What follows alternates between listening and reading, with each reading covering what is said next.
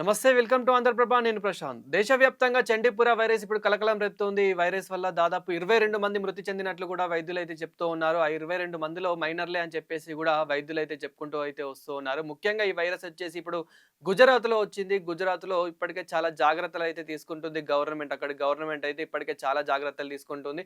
అయితే ఈ వైరస్ ఎలా వచ్చింది అనేది ఒక్కసారి చూస్తే గనక ఏవైతే మట్టిలో ఉన్న ఈగలు కానివ్వండి, డ్రైనేజ్‌లో ఉన్న ఈగలు కానివ్వండి, ఈ ఈగల వల్లే వచ్చింది అని చెప్పేసి గూడా చెప్పుకుంటూ అయితే వస్తున్నారు. అయితే ఇప్పుడు ఈ వైరస్ గూడా చిన్న పిల్లలకే ఎక్కువ వచ్చిందని చెప్పేసి గూడా చెప్తూ ఉన్నారు. అయితే ఈ వైరస్ వచ్చినప్పుడు సింప్టమ్స్ ఎలా ఉంటాయనేది ఒక్కసారి చూస్తే గనక ఏదైతే వాళ్ళకి వైరస్ వచ్చినప్పుడు దగ్గులు రావడం గానివ్వండి, జరం రావడం గానివ్వండి, కళ్ళు తిరిగి ఎక్కడికక్కడే పడిపోవడం ఇలాంటి సింప్టమ్స్ వచ్చినప్పుడు కంపల్సరీ దగ్గరలో ఉన్న ఆస్పత్రికి వెళ్లి చికిత్స పొందాలి. ఆస్పత్రికి వెళ్లి టెస్టులు చేయించుకోవాలని చెప్పేసి గూడా వైద్యులైతే చెప్పుకుంటూ అయితే వస్తూ ఉన్నారు. అయితే వైద్యులేం చెప్తున్నారంటే గనక కరోనాలాగా భయపడాల్సిన అవసరం ఏం లేదు. ఇది ఒకరి నుంచి ఒకరికి సోకదు.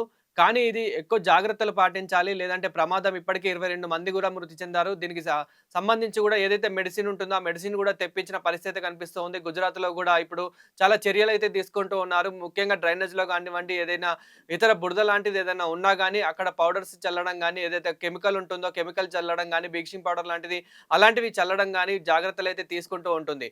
అయితే ముఖ్యంగా ఇక్కడ కరోనా లాగా భయపడాల్సిన అవసరం లేదు. కరోనా అప్పుడైతే మనము అక్కడ దగ్గినా గానీ, తుమ్మినా గానీ, లేదంటే ఎవరితో మాట్లాడినా గానీ, ఎవరికైనా షేక్ హ్యాండ్ ఇచ్చినా గానీ, ఈ వైరస్ అనేది సోకేది.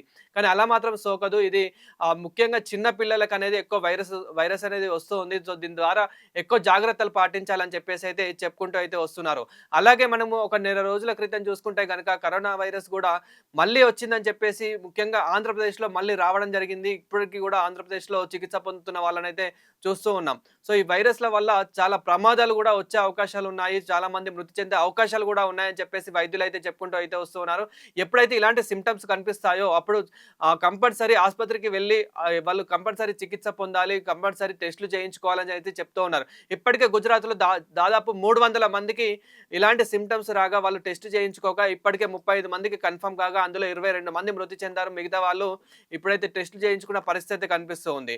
అయితే కరోనా వైరస్ అప్పుడు గూడా మనం చూసాము ఏ విధంగా మనకి ఎంత ఆర్థికంగా గూడా లాస్ అయ్యామనేదైతే మనం చూసాము. లాక్‌డౌన్ అనేది గూడా మనం పెట్టడం అనేది చూసాము. అలాంటి సిట్యుయేషన్ మళ్ళీ ఏమైనా వస్తుందని అంటే గనక రాకుండా ఉండడం కోసమే ప్రభుత్వం అయితే చర్యలైతే తీసుకుంటూ ఉంటుంది. అయితే ముఖ్యంగా ఇలాంటి సింప్టమ్స్ వచ్చినప్పుడు గూడా చాలా జాగ్రత్తలు తీసుకోవాలి.